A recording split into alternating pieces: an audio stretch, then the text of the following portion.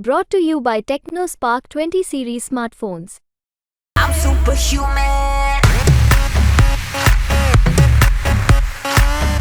लोग जानना चाह रहे हैं। मैं 9th ग्रेड में हूँ। मेरा एग्ज़ाम था, मैं एग्ज़ाम्स कंप्लीट करके आई हूँ। अभी मेरे पापा के एग्ज़ाम्स हैं, इसलिए मैं स्कूल छोड़ के आई हूँ। जी नहीं, मेरी शादी जब से गहलोत फैमिली में हुई है, मैं तब से ही जब चुनाव आते हैं मैं कैंपेन करने जाती हूँ। पापा के जब चुनाव रहे मैं जोधपुर में कैंपेन किया, वैभव जी का जब चुनाव था मैंने वहाँ किया। अब यहाँ है तो पूरा परिवार ही अक्सर हमारा चुनाव में मैदान में होता है। वो जालोर की जनता भी जानती है कि 20 साल से यहाँ पे कोई विकास नहीं हुआ या कोई भी काम नहीं हुआ, तो जनता सोचेगी ना कि 20 साल अगर किसी ने काम नहीं किया और एक यूथ और एनर्जेटिक कोई कैंडिडेट आया है तो हम उसको चुने, तो हो सकता है हमारे जालोर। लोकसभा चुनाव 2024 को लेकर सरगर्मियां तेज हो चुकी है और जालोर लोकसभा क्षेत्र की बात करें तो यहाँ पर नामांकन प्रक्रिया थी वो पूर्ण हो चुकी है। 4 जुलाई को जिस तरह वैभव गहलोत कांग्रेस के कैंडिडेट के रूप में उन्होंने नामांकन दाखिल किया था और बड़ी सभा का आयोजन किया था, उसके बाद में लगातार चुनाव प्रचार के लिए वो फील्ड में जा रहे हैं। आज हमारे साथ में बातचीत करने के लिए मौजूद हैं गहलोत फैमिली। सबसे पहले मैं बात करूंगा वैभव गहलोत की पुत्री से, जो कि कल से यहाँ पर मौजूद हैं। उन्होंने एक मार्मिक अपील भी की थी अपने पिता के नामांकन रैली के लिए और अब कहा जा रहा है कि लगातार 26 अप्रैल तक जालोर और सिरोही में यहाँ पर रहकर अपने पापा के लिए चुनाव प्रचार करेगी। सबसे पहले बताइए, कल जिस तरह सभा का आयोजन हुआ था, आपने मंच के माध्यम से भी लोगों से अपील की थी, किस तरह का रिस्पांस मिल रहा है? बहुत अच्छा रिस्पांस मिल रहा है। पार्टी का डिसीजन था कि हम लोग यहाँ पे आए, तो हम लोग यहाँ पे आ गए। लोग जानना चाह रहे हैं कि वैभव गहलोत की पुत्री क्या करती हैं, अब कितनी पढ़ती हैं, अभी इतनी कम उम्र में ही कैंपेनिंग के लिए अब अपने पापा के कैंपेनिंग के लिए पहुंच गई है। लोग जानना चाह रहे हैं। मैं 9th ग्रेड में हूँ। मेरा एग्ज़ाम था, मैं एग्ज़ाम्स कंप्लीट करके आई हूँ। अभी मेरे पापा के एग्ज़ाम्स हैं, इसलिए मैं स्कूल छोड़ के आई हूँ। तो आपके पापा के एग्जाम की आप एक तरह से कहा जाए तो तैयारी करवा रही है? हाँ, मैं एक तरह से तैयारी करवा रही हूँ। मेरे पापा की परीक्षा है, इसलिए मैं आई हूँ यहाँ पे कैंपेन करने। यहाँ के जालोर सिरोही के युवाओं को आप किस तरह देख रही हैं कि आने वाले चुनाव में, जो अभी चुनाव 26 अप्रैल को जिस तरह मतदान होना है, आप यहाँ के युवाओं को लेकर क्या कहेगी? हम सच्चे हैं, इसलिए हम लोग यहाँ पे आए हैं, इसलिए आप हमें सपोर्ट करें। इनफैक्ट हमें सपोर्ट भी मिल रहा है। युवा वैभव गहलोत से किस तरह की उम्मीद रखते हैं? यहाँ के जो जालोर सिरोही के युवा हैं, आप भी एक युवा हैं, तो आपके पिता अगर यहाँ के मेंबर ऑफ पार्लियामेंट बनते हैं तो वो युवाओं के लिए क्या कर सकते हैं?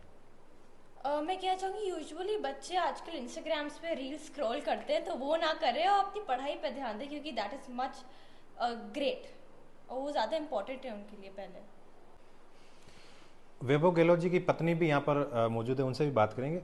मैडम, पूरी गहलोत फैमिली यहाँ पर आ चुकी है और स्थायी निवास आपने जालोर में बना दिया है। किस तरह का रूट प्लान है, कहाँ कहाँ आप जाएंगे कैंपेनिंग के लिए? कल नामांकन के बाद ही महिलाओं की से मिलना हुआ और उनकी इच्छा थी कि हम लोग यहाँ पे डोर टू डोर कैंपेन करें। तो आज मैंने मंदिरों में से दर्शन करके शुरुआत की है और देवगुरु, यहाँ के जितने भी गुरुगण हैं उनसे मिली, मैं आशीर्वाद लिया है और कल से मेरा कैंपेन स्टार्ट है और घर घर जाकर के हम लोग वोट मांगने का काम करेंगे।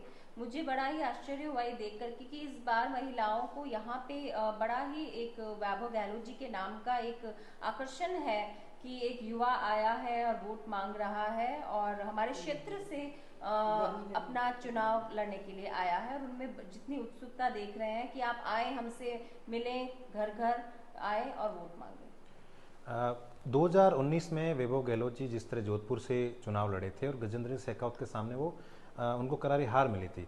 इस बार उन्होंने जगह बदल दी है और जालोर से चुनाव लड़ रहे हैं। किस तरह की आपके सामने चुनौतियाँ रहेगी इस बार? ये जो जगह बदलने का निर्णय है समीकरणों को देख करके बनता है और ये निर्णय पार्टी लेती है कि किसको कहाँ से चुनाव लड़ाया जाएगा। किसी की पर्सनल चॉइस नहीं होती है। समीकरण इस बार जो जालौर के बन रहे थे और यहाँ के विकास को देखते हुए लोगों की भारी मांग थी कि वैभव गहलोत जी, पिछली बार भी उनका नाम यहाँ से चला था और इस बार भारी मांग को देखते हुए उनको यहाँ भेजा गया है। आप लगातार कैंपेनिंग के लिए जाएगी, किस तरह के मुद्दे रहेंगे आपके सामने? किन मुद्दों पर आप यहाँ जालोर सिरोही की जनता से वोट मांगेंगे?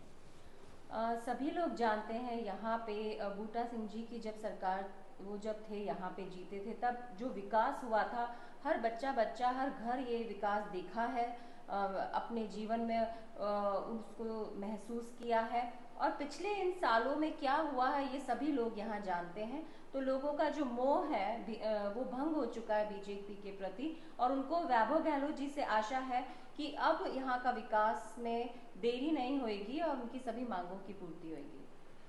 लगातार प्रदेश के 3 बार मुखिया रहे हैं गहलोत साहब, और लगातार जोधपुर से एमपी भी रहे हैं, कांग्रेस पार्टी के प्रेसिडेंट भी रहे हैं राजस्थान के। तो पहली बार देखा जा रहा है कि जालोर में आप चुनाव लड़ रहे हैं और आपको पहली बार पूरी फैमिली को यहाँ पर कैंपेनिंग के लिए आना पड़ रहा है। लगता है बड़ी चुनौती है सामने। जी नहीं, मेरी शादी जब से गहलोत फैमिली में हुई है, मैं तब से ही जब चुनाव आते हैं मैं कैंपेन करने जाती हूँ। पापा के जब चुनाव रहे मैं जोधपुर में कैंपेन किया, वैभव जी का जब चुनाव था मैंने वहाँ किया, अब यहाँ है तो पूरा परिवार ही अक्सर हमारा चुनाव में मैदान में उतरता है, और लोगों को आशा रहती है कि पूरा परिवार आए और हम एक साथ बैठें और एक परिवार की तरह बात करें और एक दूसरे के सुख दुख को बांटें, और उनकी क्या इच्छाएं हैं और क्या वो मांग रखते हैं समझने का मौका मिलता है। आप ज़्यादातर महिलाओं के बीच में जाएंगे, महिलाओं को किस तरह का आश्वासन देंगे आप? यहाँ पे जो मैंने महसूस किया, महिला वर्ग थोड़ा सा पुरुषों के मुकाबले एक अपने आप को पिछड़ा महसूस करती हैं, और कल कुछ महिलाओं ने मुझसे कहा कि हमारे पास वोट मांगने कोई नहीं आता, एक पर्दा और एक सिस्टम है उसके देखते हुए। तो उनकी इच्छा थी कि आप आए और वोट हमसे मिले, हमारे साथ बैठे, उन्हें एक आकर्षण था इस चीज़ का। और महिलाओं की अक्सर जो घर जो चलाती वो महिलाएं होती हैं, उनकी बात जानना ज़्यादा आवश्यक है कि उनको कहाँ क्या तकलीफ़ें आती हैं और किन तरीक़ों से वो उनकी ज़रूरतें पूरी की जा सके। मैडम, एक लोगों में, यहाँ के लोगों में एक चर्चा है कि वैभव गहलोत अगर चुनाव जीत जाते हैं तो वो यहाँ से छोड़ के चले जाएंगे, वापस नहीं आएंगे 5 साल के लिए, क्योंकि वो जयपुर में रहते हैं, सूबे के पूर्व मुख्यमंत्री के बेटे हैं। तो ग्रामीण परिवेश में और यहाँ की जो यहाँ का क्लाइमेट है वो उनको आज भी कह रहे हैं कि मतलब उनको पसंद नहीं है। तो क्या इस तरह की समस्या सामने आएगी तो क्या कहेंगे आप? नहीं, पहली बात तो वो अशोक गहलोत जी के बेटे हैं, तो कौन सा क्लाइमेट, पूरे राजस्थान में तहलका मचाए हुए जो व्यक्ति हैं गांव ग्रामीण क्षेत्र में, उनका बेटा है, तो ये कहना गलत है। और रही बात स्थायित्व की, तो मैंने कल ही अपने घर का गृह प्रवेश किया है और किचन चालू की है, और मैं यहाँ पे उनके जीतने पे स्थायी तौर पे यहीं रहूंगी, ताकि कि कभी भी मेरा घर का दरवाज़ा खटखटाएंगे तो लोगों को अपनी बात रखने का मौका मिलेगा और बात पहुँचाने की आसानी रहती है जब आपका घर वहीं होता है। तो मैंने आज से ही अपना घर यहाँ चालू कर दिया है। कांग्रेस कैंडिडेट वैभव गहलोत जी की माताजी भी यहाँ पर मौजूद हैं जालोर में, कल यहाँ पहुँच गए थे। कल नामांकन जो रैली आयोजित हुई थी उसमें वो शामिल हुए थे और अब जालोर में स्थायी निवास बना दिया और कल से वो लगातार कैंपेनिंग के लिए बाहर निकलेंगे, फील्ड में जाएंगे। मैम, पहली बार एक माँ अपने बेटे के लिए वोट मांगने के लिए आई? नहीं, वैभव ने, मेरे बेटे ने जोधपुर में भी चुनाव लड़ा है, उस वक्त भी हमने वोट मांगे थे। आप गए थे? हाँ, वो जोधपुर में तो हमारा पैतृक निवास वहीं है, और वोट मांगने के लिए तो जो वोटर होता है ना, वो उम्मीद करता है कि हमारे दरवाजे पे हमसे, हमारा अमूल्य वोट है, उसको मांगने के लिए कोई आए। बिल्कुल। तो पिछली बार 2019 में तो वैभव जी हार गए थे। आपके गृह जिले में आप थे, लोकसभा आपका क्षेत्र वहीं था जहाँ से लगातार गहलोत साहब चुनाव लड़ते थे और जीतते थे। इस बार आप जालोर आए हैं, लोग कह रहे हैं कि जोधपुर छोड़ के जालोर क्यों आए? जालोर तो पार्टी का निर्णय है कि जो यहाँ के समीकरण बने हुए हैं, या यहाँ पे वैभव गहलोत की पिछले बार भी मांग थी, सर्वे में पिछली बार भी आया था, इस बार भी था, तो पार्टी ने सोच समझकर उनको कैंडिडेट बनाया यहाँ से।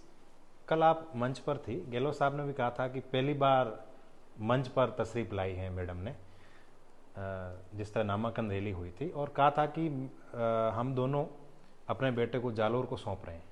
हाँ बिल्कुल, हम अपने बेटे को जालोर की सेवा के लिए कह रहे हैं कि जितना जालोर की सेवा कर सको उतना जीत के आओ और जालोर की सेवा करो।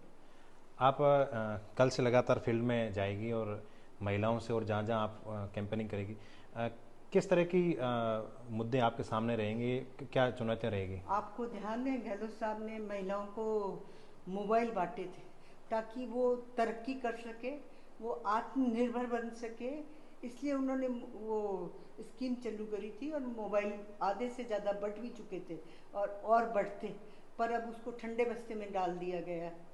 तो इसलिए महिलाओं के विकास के लिए गहलोत साहब ने बहुत कुछ सोचा था।